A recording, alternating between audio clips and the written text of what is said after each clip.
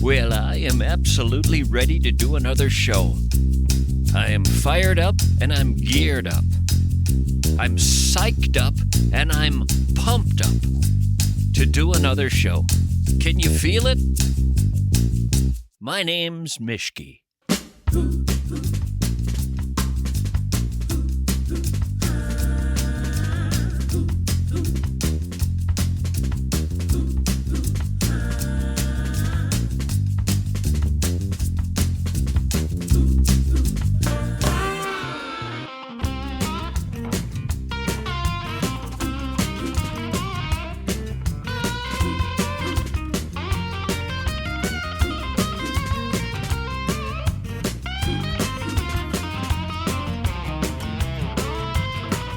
I'm a podcaster. I remember when I was a little kid, my dad saying to me, "You're probably going to be a podcaster when you get older." I said, "Dad, you have no idea what a podcaster is." And he hit me pretty hard that afternoon. It left a mark. But it didn't change the fact that Dad had no idea what he was talking about. I said, "Look up the word podcast in a dictionary, Dad. See if you find anything. There's nothing there." Well, he hit me again. Harder this time. I was in an induced coma for over a month. Well, Christmas will be here soon, won't it? It's that time of year. It's called the most wonderful time of the year. That's what they call it. I've heard it in song. It's the most wonderful time of the year. That's what they say. But any time I bring this up, there will be some killjoy in the room who will say to me, "Well, Mischke, it's also when suicide rates are at their highest, so it ain't that great a time of year for everyone. While you're smiling around those glowing embers with your hot toddy, looking at the falling snow outside the window, sipping in the lovely glow of your little Christmas tree, people out there are leaping off buildings, tying a rope to ceiling pipes in their basements, or starting their cars inside their garages and breathing their last in the driver's seat next to a goodbye note." Boy, I hate it when people respond to my most wonderful time of the year pitch with that stuff. Just brings me down. It's the most wonderful time of the year. When those killjoys do that to me, I fantasize about attending their wedding and giving a toast at the reception where I say, "While all you yahoos are smiling and dancing, people are starving in Botswana. Hope you're proud of yourselves, you sick, callous bastards." Oh, and all the happiness in the world to the newlyweds. You two look great. Here's something I want you people to know and to remember. The next time someone jumps on you for saying this is the most wonderful time of the year, you tell them this. Contrary to popular opinion, suicide rates are actually at their lowest point in the United States during the holidays. From Thanksgiving through New Year's, suicide rates are at the lowest point of the year in this country. The lowest point. Hello! You tell these people the average daily suicide rate peaks in late spring and summer. May, June, July, and August are the rough months for suicides. That's when the rates skyrocket. Put that in your pipe and smoke it. You summer people think that others should be so happy in the warm months. They're not, no more than I am. I'm happy now. I'm a northerner. I'm a winter person. I'm from the land of snow, and I'm happy.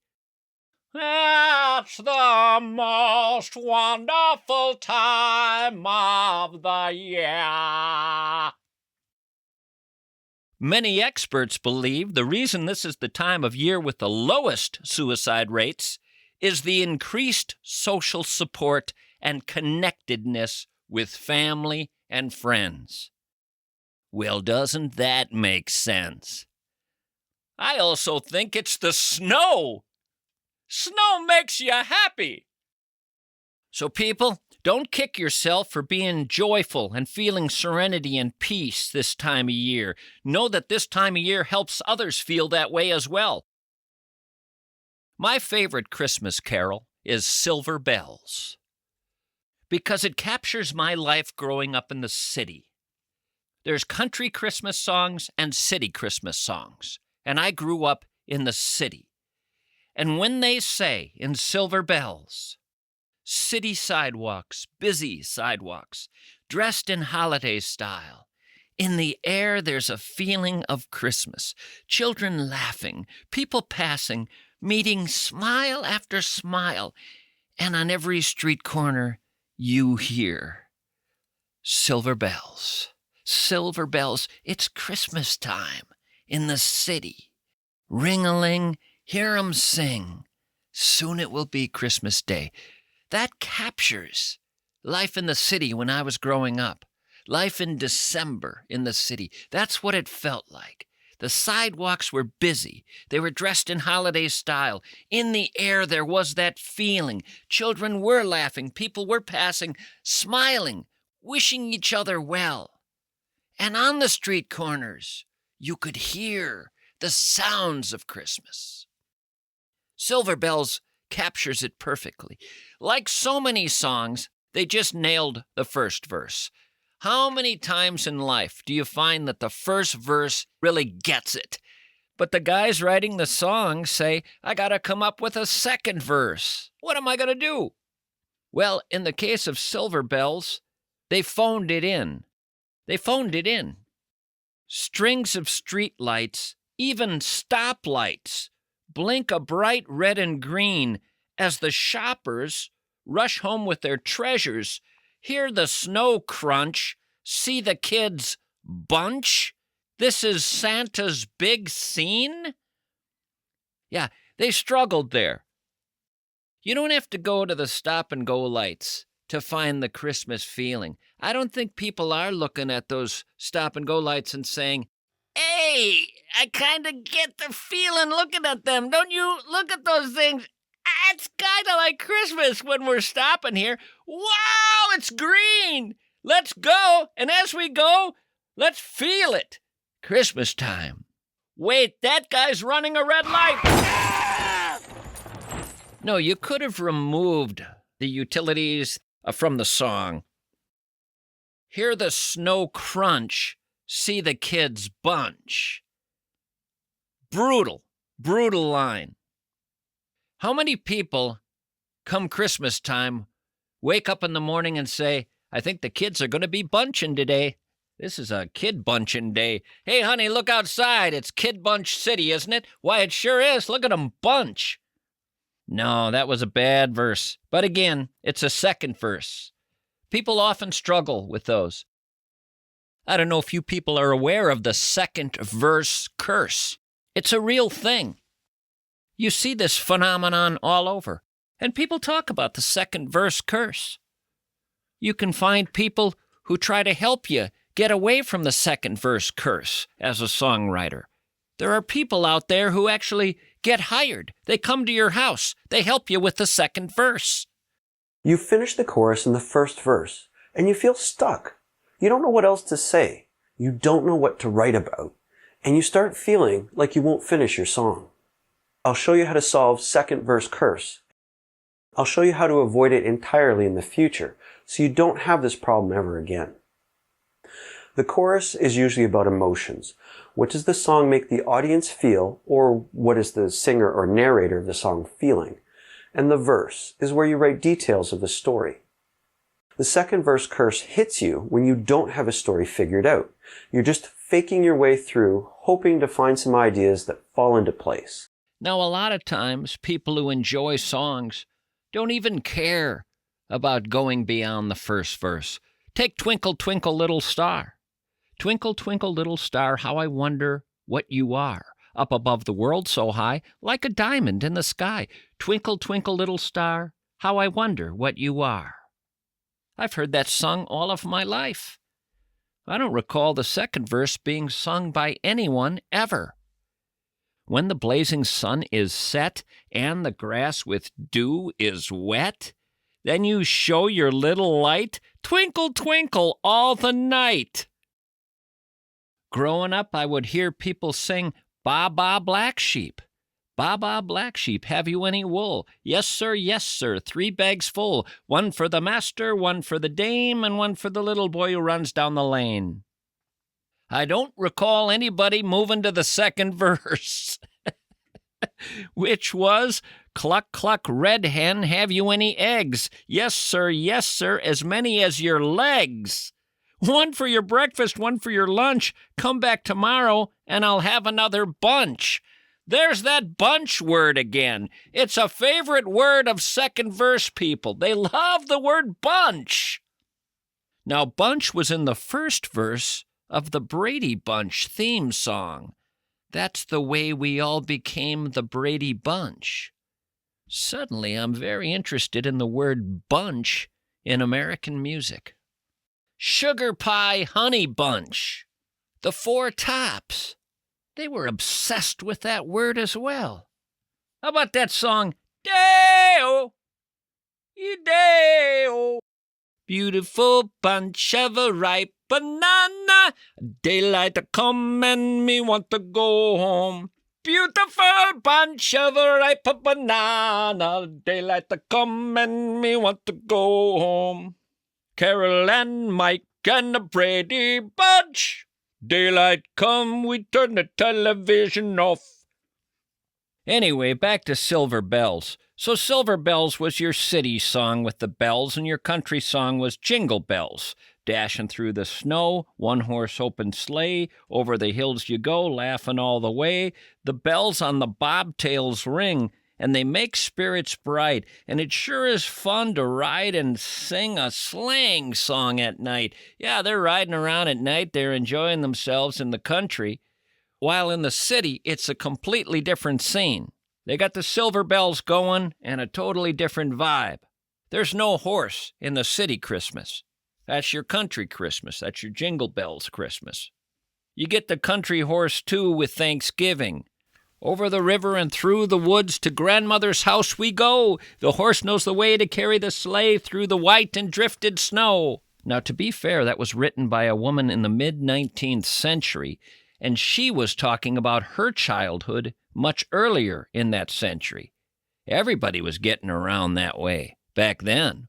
By the way, in the original song, it's to grandfather's house we go. Why did they change it later to grandmother's house?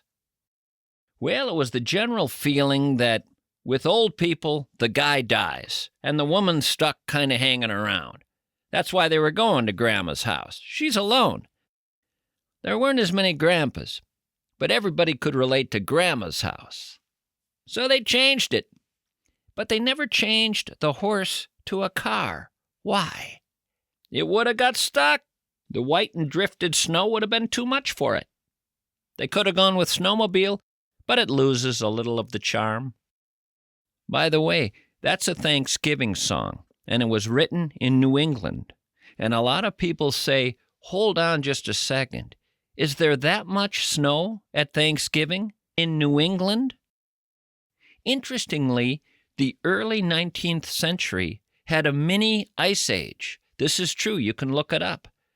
There were a lot of rough early winters, season after season, in the early 19th century. So yeah, a lot of people dealt with winter weather at Thanksgiving time, even out east. I looked all that up.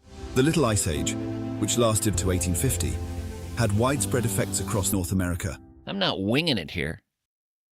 In the 1973 TV special A Charlie Brown Thanksgiving, the characters ride in the back of Charlie's parents' station wagon to his grandmother's house, and they're singing over the river and through the woods. And as they finish that song, Charlie Brown says, and I'm serious about this, there's one problem with that. My grandmother lives in a condominium.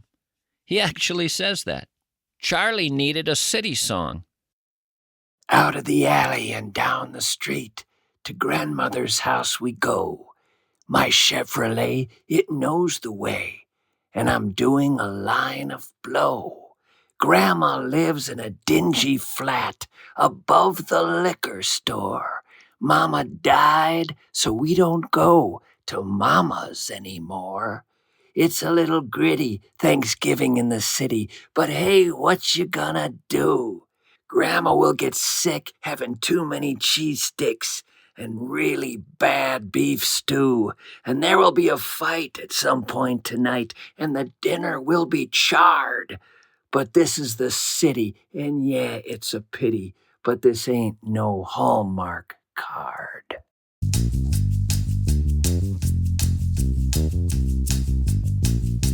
I've been doing ads for Bradshaw and Bryant for years.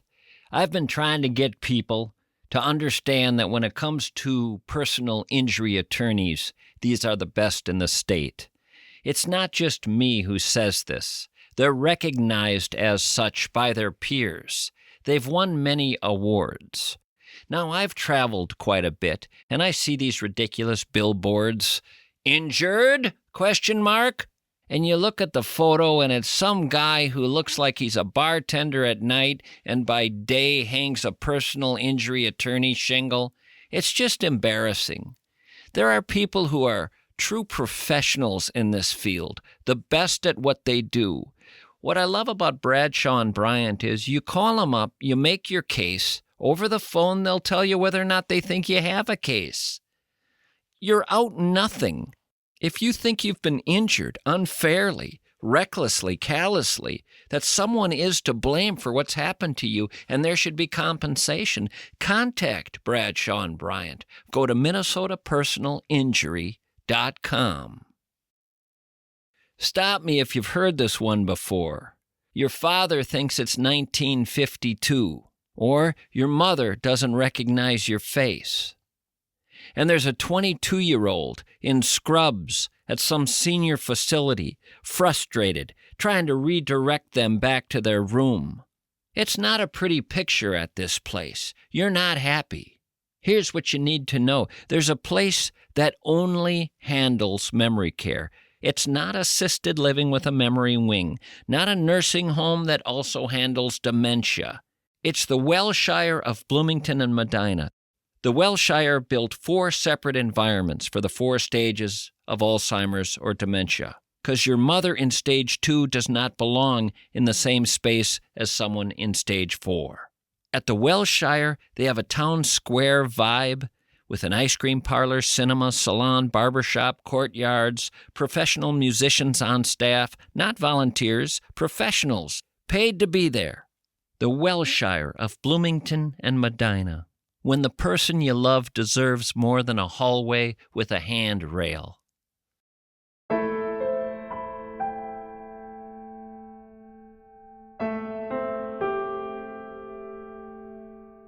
You guys ever hear the song The Marvelous Toy? When I was a kid, people would sing this tune. When I was just a wee little lad, full of health and joy, my father homeward came one night and gave to me a toy.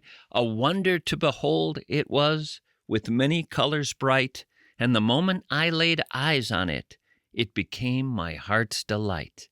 It went zip when it moved, bop when it stopped, whirr when it stood still. I never knew just what it was, and I guess I never will. Kid didn't know what the toy was. At the end of that song, the lyrics go, "The years have gone too quickly, it seems. I now have my own little boy, and yesterday I gave to him my marvelous little toy." His eyes nearly popped right out of his head, and he gave a squeal of glee. Neither one of us knows just what it is, but he loves it just like me, and it still goes zip when it moves, and bop when it stops, and whirr when it stands still. Neither one of us knows just what it is, and I guess we never will. I always thought when I was a kid that not knowing what it was seemed weird. What do you mean you don't know what it is? Didn't you say Dad brought the toy home one night? Well, he bought it at a store. What did it say it was on the package? What do you mean you don't know what it is? Why would Dad even buy the thing?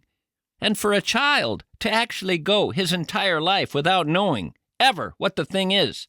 Having to endlessly answer questions when people ask, what is that? By saying, I don't know. My dad got it for me, and he never told me what it was. He said he didn't know. What is that? What is that? What the is that? What is that? I don't even understand what I'm seeing. I have no idea what I'm seeing. Oh my God, what is that? Oh my God, what is that? What is that? What the hell is that? What the hell is that? Come over here and look at this deal. What is that? And then to get old and to become a father yourself and to have a child and give him that very same toy and still be unable to tell him what the devil that thing is. There was plenty of time in those years to find out what it is. Why didn't you find out? What is it, Dad? What is it? I have no idea, son. I have been trying to figure that out for years. Well, Dad, do you think it's safe to even play with? What with not knowing what the heck it is? So far, so good, son. I mean, that was my toy when I was a kid. I think you're going to be fine. Dad, here's a question for you. If you have no idea what this thing is, how do you even know it's a toy? You call it a marvelous little toy. What business do you have saying that, Dad? You don't know what this thing is. Where exactly did you get it, Pop? We know absolutely nothing about this, and it makes me extremely uncomfortable. Do you have anything else you could give me to play with instead of that? That damn thing gives me anxiety. I'll tell you what worries me, Dad. You came out of a time when you were a kid when kids didn't have a lot of toys to play with. When you were growing up, what? You played with sticks, called them guns, you played in the mud, you had imaginary friends. Isn't that what your childhood was like? I'm not sure you even were aware what a toy really is. I'm going to ask you to put away that marvelous little toy and give me something else for Christmas. What else do you have to play with? Anything? Well, son, I just have this.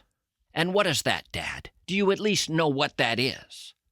Oh, yes, now I do know about that. That's something I can name, son. That's a live hand grenade. Does it go zip when it moves, Dad? Or bop when it stops?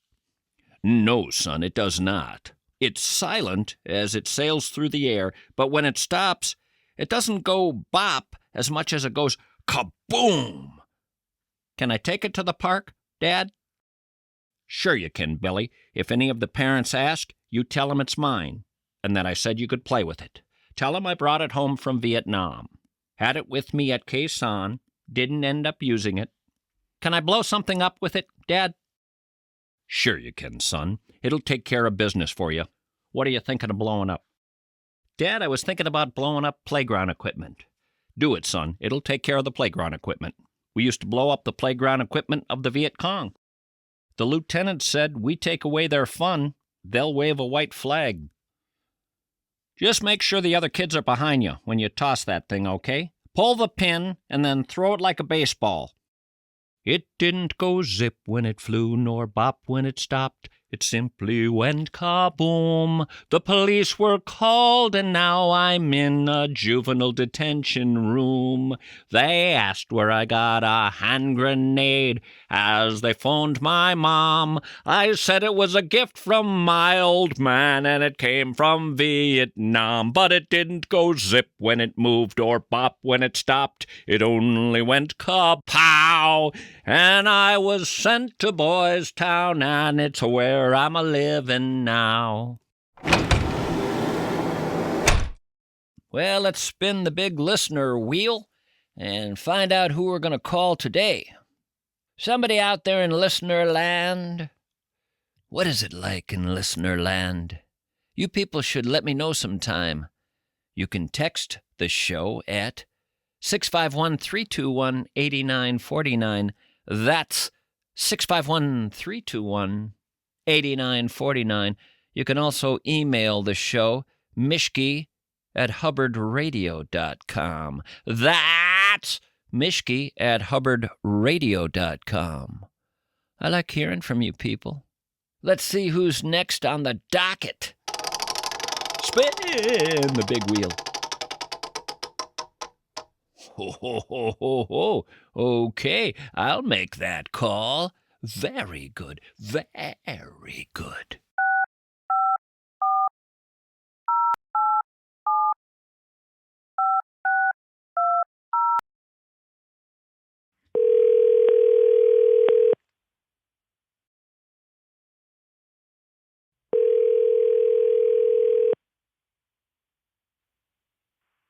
Hello, Brian speaking. Sarge, Yes. Mischke here. Hey, Mischke, how you doing? Doing all right. What are you up to? Well, I'll tell you what, it's my wife's 50th birthday today, so I'm at Exit Wall. 50 years? Yeah, it's 50 years old. Holy buckets. I got 2 birthday people. I'm just confused as hell. Number one, the connection isn't great. Number two, is there a third party involved here? I hear another voice. And that is the cashier. It's her birthday, too. You want to wish her happy birthday? I'd like to speak with her, yes. Hello? Hi, it's your birthday today? And this fella's wife is also 50 years old today? Yep. And the two of you don't know each other? No. I'd like to fly both of you to Costa Rica for free, a 2-week vacation. Are you serious? I never lie. You and this other gal, I'd like to put on a plane. I don't know what you got going later today. I'm going to Costa Rica for my birthday. Yeah. Your wife, I'm going to go to Costa Rica. He can't go. You got to let him know that he has to stay home, but the two of you are going to have the time of your lives. Do you know anything about the young, handsome fellows down there in Costa Rica who offer their services to traveling gals looking for a good time? No. Oh, yeah. It's quite something. I'm going to pay for them as well. Okay, I'll let you go. Okay, I'll let you go, okay? You mean I'm letting you go? I'm letting you go to Costa Rica for free. Okay, I'll talk to you later. I don't want to go. Misty, She doesn't want to go. What happened between when she was so excited? does she have windows in her house? Does she not see what's going on outside? I take it you're not next to her any longer. I had to walk out of the store. Was it getting a little weird? It was getting just a little weird, but that was okay because I'm actually on layover driving bus. And you know what? 2 weeks ago, me and my daughter, she just turned 8. We went and visited somebody by the name of Father Jerry Mischke. Father Jerry Mischke, a relative of mine. My brother Jerry is named after him. I know Father Jerry. Where'd you run into him? I kept in contact with him over the years because he had fixed one of my late wife's relics, an old rosary, and so I kept in touch with him over the years. Wait a minute. You went to a priest for a rosary repair? There are priests out there that offer their services in rosary repair? Well, yeah, I was at this bookshop in St. Cloud, and there was this little phone number on there, rosary repair, and then it said Father Jerry Mischke, and I'm like, I think he might actually help me out in this situation. Then I asked him, I said, are you related to Tom Mischke? And he said, well, yeah, that's my nephew, I think is what he said. I think he said nephew. And I talk to him every now and then, he said. How old is he? 84. So he's losing his eyesight, but otherwise he's doing really well. How'd he do on the rosary repair? He did a magnificent job, and of course that would have been about 15 years ago. So now he's living in a house just for retired priests. When I was over there, he had a house cleaner there cleaning his apartment. I always remember growing up when I'd visit my uncles who were priests, and I had a lot of them. There was Jerry, there was Father Fritz, there was Father Bernard, Father Benno. I always remembered their cleaning people. I'd be at their place, and there'd be a woman cleaning. And I'd say to them, that's all that's going on here, right? You know? Mm-hmm. And they kept finding more things for her to clean. It got ridiculous after a while. I mean, all of a sudden they're in the attic grabbing old knives and forks to polish just to keep her around. But they were lonely. I do kind of catch on to that loneliness, you know, and I guess that's why I pop in and visit them from time to time. So what are you doing with your life? I'm driving transit bus for St. Cloud Metro Bus. That means I pick people up and I drop them off in a safe and friendly manner. Are you driving a city bus? Yep. Now, you go way back. I remember you from the early days at KSTP. When did you start listening? That would have had to been probably right around the year 2000, maybe 1999. I was driving in the squad car there in Dassel, Minnesota. And you were a small-town cop. Yep. I was a deputy sheriff out in South Dakota before that, and then after Dassel, then went down to the big cities, St. Louis Park. I was there for 13 years.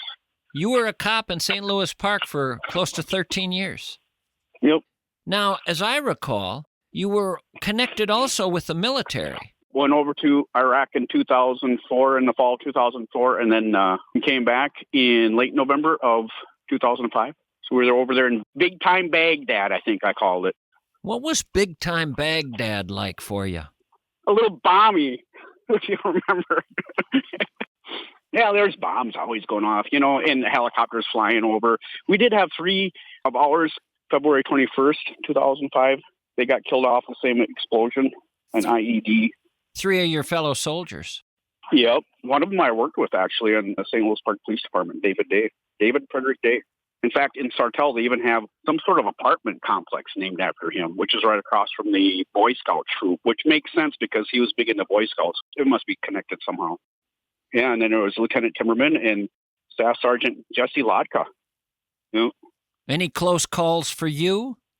I think the closest call was when there was 2 mortars that came in, and one, it was getting closer and closer. I'm like, I think that one's going to miss, and it did. And then I heard another one coming. I'm like, oh, that one's going to be kind of in our area.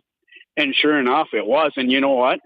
It actually penetrated the shelter that we're supposed to run into when the mortars were coming in. And nobody went there. They all just kind of hunkered down where they were at. Nobody went there, and it blew a big hole in probably 6-inch concrete and rebar. The mortar did. Oh, it was just horrendous. But nobody got hurt. Nobody was there. It just kind of shook our geological jurisdiction there. So had you gone into that shelter, you could have been killed. Oh, yeah. But, Mischke, I got to jump back on the bus before, so I still have a job. No, I don't want to keep you from your work. It's just great talking to you again. Yeah, thanks for calling. I didn't recognize the number, and I thought, gee, do I answer? Could it be an old girlfriend? I don't know. I was a little apprehensive in answering it. So when you said Mischke, I'm like, oh, thank God. Tell your wife Mischke wished her a happy birthday. I will tell her that. I'll say happy birthday from Mischke. In fact, if you want, I can text her her number. That's what I'm doing all day today is I'm having everybody that I can think of on my phone list text her happy birthday because she was crying this morning because she didn't feel loved enough. Oh. Yeah, I know it. Well, I tell you what you do. Give me your number. I'll edit this so people don't get her number, but give me your number so I can text her. All right. What's her name? Marianne. It's Marianne. All right, Sarge. Great talking to you. Right. I'll let you go. Yep, thanks, Mischke. All right, thanks. Take care. Merry Christmas. So long. Merry Christmas to you.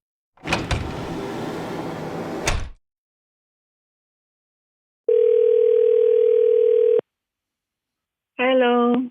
Happy birthday to you. Happy birthday to you. Happy birthday, dear Marianne. Happy birthday to you. Hello. Thank you. I've been meaning to call you for 50 years. Finally got around to it. Okay. What you doing? Just relaxing here with Stella. Relaxing with Stella. Mm-hmm. Stella, let me guess, is your hermit crab. No, she's the youngest daughter. Oh, how old is Stella? Yeah, she's 5. She's not yet going to school. You've got a 5-year-old. Boy, I wish I were you. Man, I want a 5-year-old. I used to have one of those. What's the greatest thing you're going to do on this, your 50th birthday? Just be happy that I reached my 50th birthday. Well, I spoke earlier with your husband, and he passed along your number. I just wanted to wish you a happy birthday. Thank you so much, Tom. You're very And welcome. You have a wonderful day. Thank you. Maybe I'll talk to you again some other time. Yeah, that was great. Bye-bye. Bye-bye.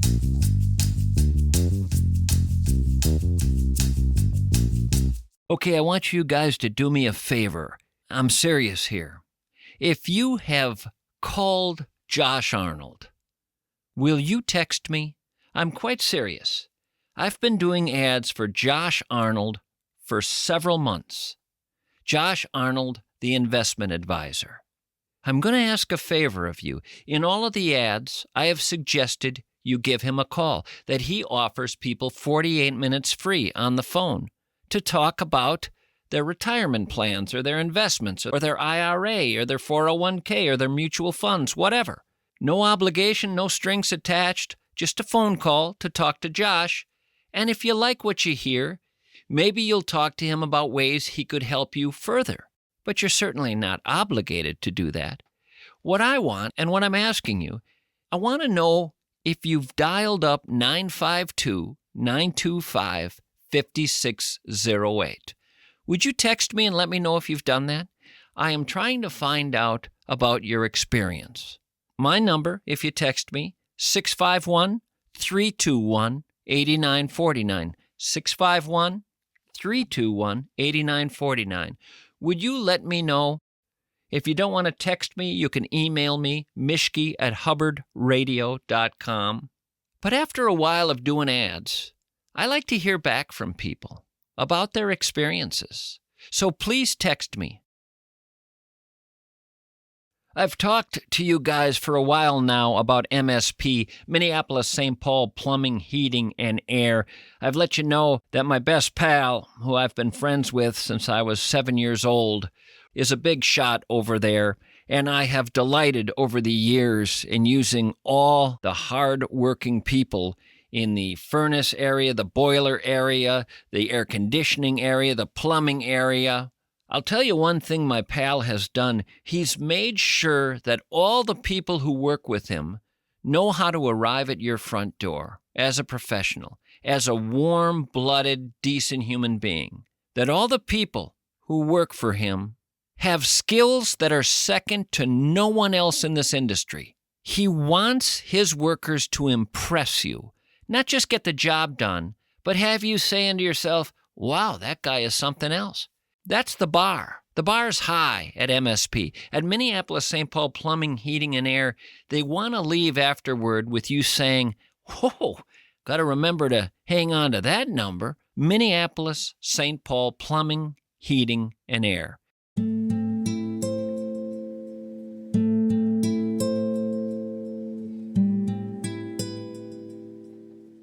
Folks, if you would like to get on the listener call list, I'd sure appreciate you adding your name.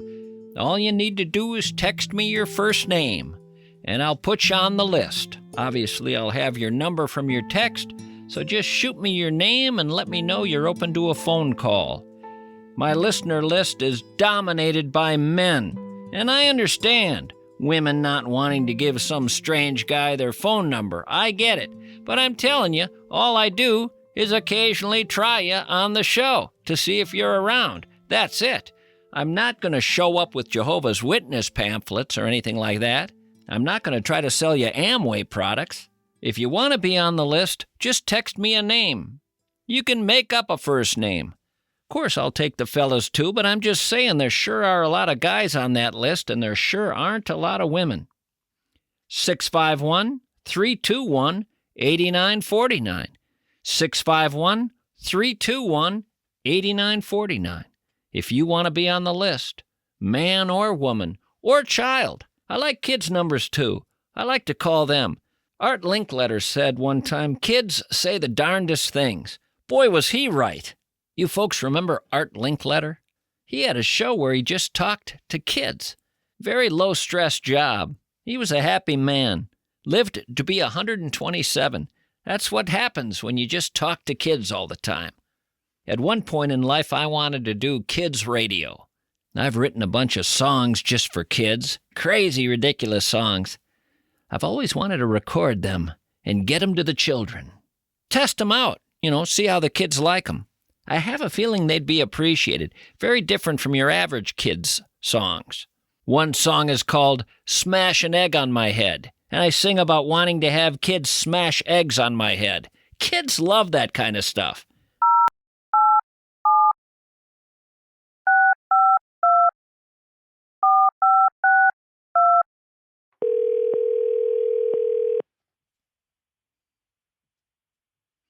Hello? Well, hi there, kitty. Who am I speaking to, please? Mischke.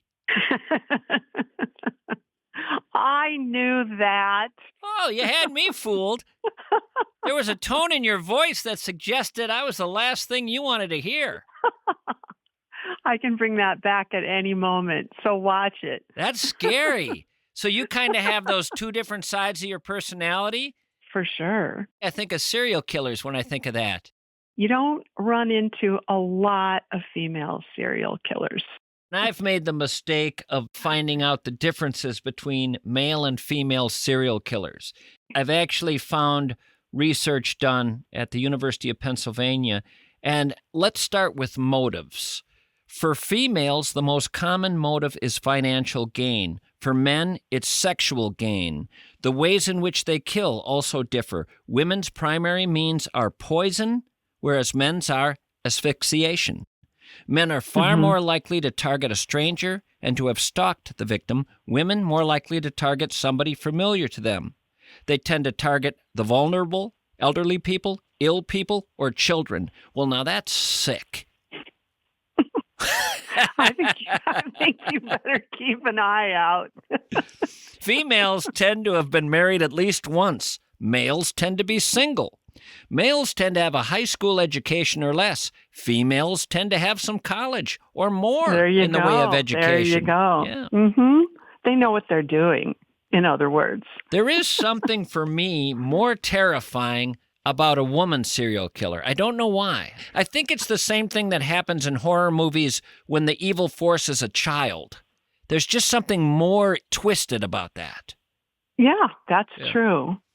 That's true. But the last thing I'm going to do is another serial killer show. Get me away from this topic, kitty. Well, the sad thing is it was my voice that inspired this. That's what worries me more than anything that we're talking about here, was that my voice made you think of a serial killer. It wasn't just the voice. It was the voice and then you admitting to these two different sides of your personality. And when I thought of that and put that together with your voice, I did think that was the voice of a killer. Yeah.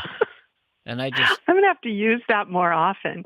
Like maybe when people call me for surveys and such, I'm going to bring out my serial killer voice. Yeah, it would be fun just if you're getting any kind of random calls to just ask them, would you like to hear my serial killer voice? Hell yeah, I want to hear your serial killer voice. And could I have your number to hear it again later tonight? It's funny because my husband sells, God, now this is a whole nother topic for another show of yours, but Italian funeral home equipment. Italian funeral home equipment. It's the latest and greatest thing, and he's got a partner, and they're selling it together, and they're just having an absolute blast doing it. These stretchers that go up and down like magic, and oh my God, there's all these things, and one of their products now is a portable morgue. And I said, you guys are missing a huge market here with not sending these things out to serial killers, because you have body bags, you've got the portable morgue. What better market do you have? And so they came up with the idea that if they did market it to serial killers, their loyalty program would just be fantastic for these guys. All I want to know is why Italian? Are they the go-to people now for this stuff? Evidently they are. I don't want to slur anyone, but they do have a history, I guess, of hiding bodies and such. I never even put that together. Portable morgue, the big advantage there is what again? It's portable. It's kind of inflatable. And if inflatable? It sounds like it's for kids' parties. Instead of the bouncy house, kids, line up. We have a new thing we're going to try. I think it's sadly designed for disastrous things that happen. Sure. So the items were the stretcher that rises up and down and the Mhm. portable morgue. Anything else? Body bags. Oh, body bags. I don't know what's so great about these particular body bags. I haven't heard the pitch on that. I bet the smaller ones you can use for leftover pasta and just store it in the fridge. Body bags. These guys, they just have the right idea because they're just not taking it seriously, and funeral profession is historically just so stuffy, and, they're just having fun. Just to have body bags and fun in the same sentence excites me.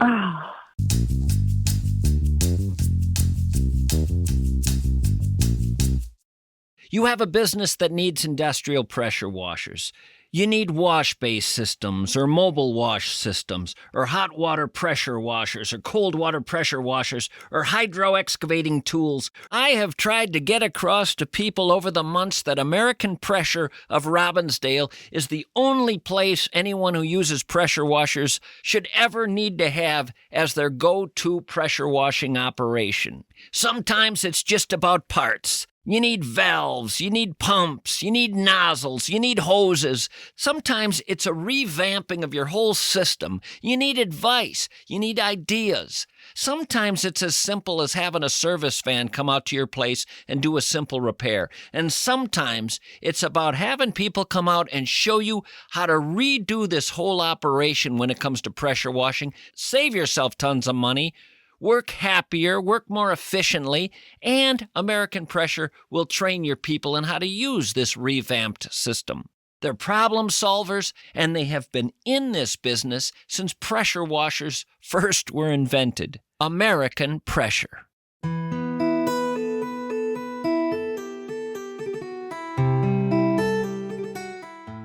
You know what I flashed on when we were talking about this? I was flashing on cremation. I found myself wondering if there aren't some people who say, I like cremation kind of. Not completely, but I sort of am okay with it. Could I cremate 80% of my deceased husband? By that I mean, could someone say, how about from feet to neck and we hang on to the head? Has anyone at a crematorium ever had that question posed? And I'm serious here. Why would you want their head? You know what a lot of people say is they have problems with the person being burned up because they love that person and they want to feel that that person is in some way still around somehow. Well, the face is really the part that they connect with. I mean, when you lose an arm, rarely do you hear a spouse where a husband loses an arm say, "You're just not the same person I married," or a leg. But you lose a head, there's no connection to that person anymore. So I'm thinking you go to a crematorium, you say, not only do I want to preserve the head, I should be getting a deal on that. One of our friends worked several of them do, but worked in a crematorium, and during the process, there is something that you have to clamp down before you turn it on. And he didn't clamp that down properly, and it flew off, and the ashes went all over the room that he was in. There's a long story about how he had to clean that up and make it look like nothing had happened, but the punchline is the guy originally had died in a fire. What if you do die in a fire, and at the funeral home they say, you could do cremation, and the family says, no, we're against that. Dude, he's already cremated. You can't charge me to do it again. Well, there's another good point. People who die in house fires, are you able to say, can I just take the ashes that are there?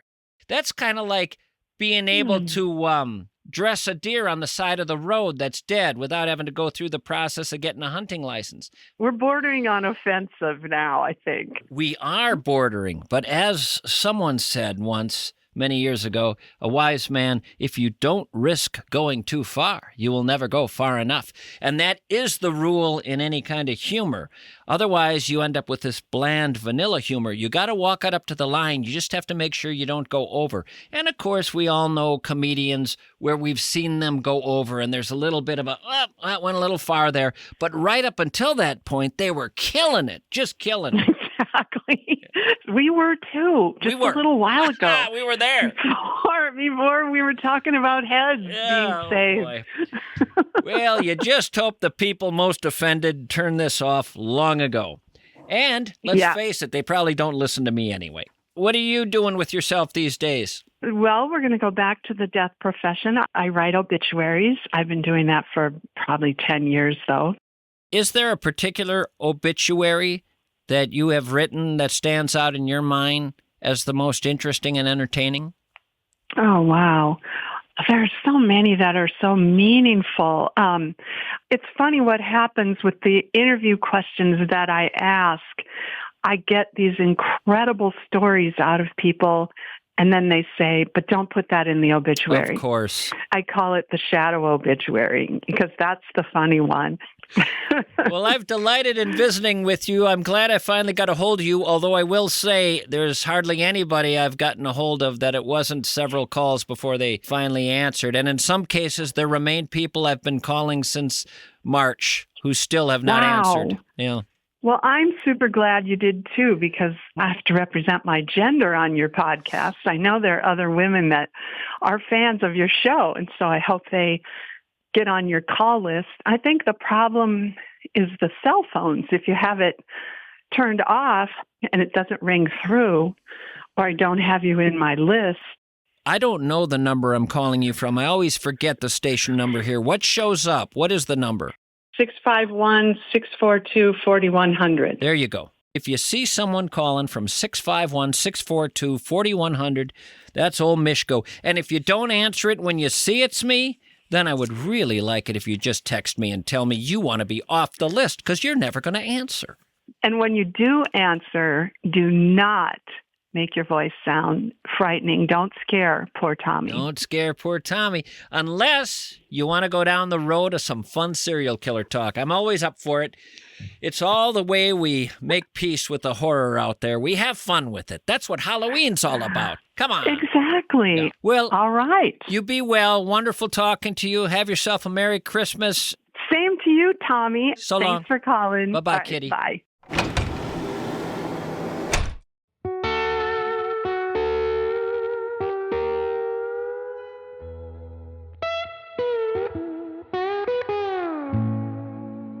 So we actually tracked down a female listener. They're rare, but they're out there. It's like tracking down, I don't know, well, when they first didn't believe the panda bear existed, you know, they weren't sure there really was a panda bear. That's what it's like sometimes, trying to find a woman out there who listens to this show. So, again, get on the list, 651-321-8949.